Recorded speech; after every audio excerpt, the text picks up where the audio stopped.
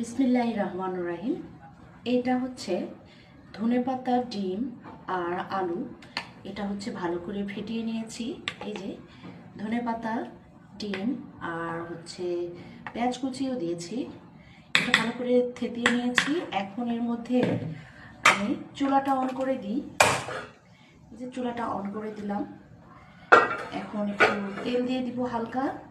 এটা সন্ধ্যাবেলার একটা মজাদার নাস্তা। আপনারা চাইলে কিন্তু এভাবে নিয়ে বানিয়ে নিতে পারেন, আর খুব সহজেই এটা বানানো যায়। আমি ব্রেড দিয়ে এটা ফ্রাই করে নিব, ডিম দিয়ে। এটা একটু অন্যভাবে করব। ধনেপাতা দিয়েছি, ধনেপাতা ব্রেড হচ্ছে টোস্ট আর কি। আপনারা চাইলে এটাকে অমলেটও বলতে পারেন, আর আমি এটাকে কিন্তু সবসময় ব্রেড টোস্ট বলি। এই যে ঠিক এইভাবে ডিমের গোলার মধ্যে চুবিয়ে নেব। আর এটা কিন্তু খেতে খুবই মজাদার, দারুণ টেস্টি। এই যে বিসমিল্লাহ।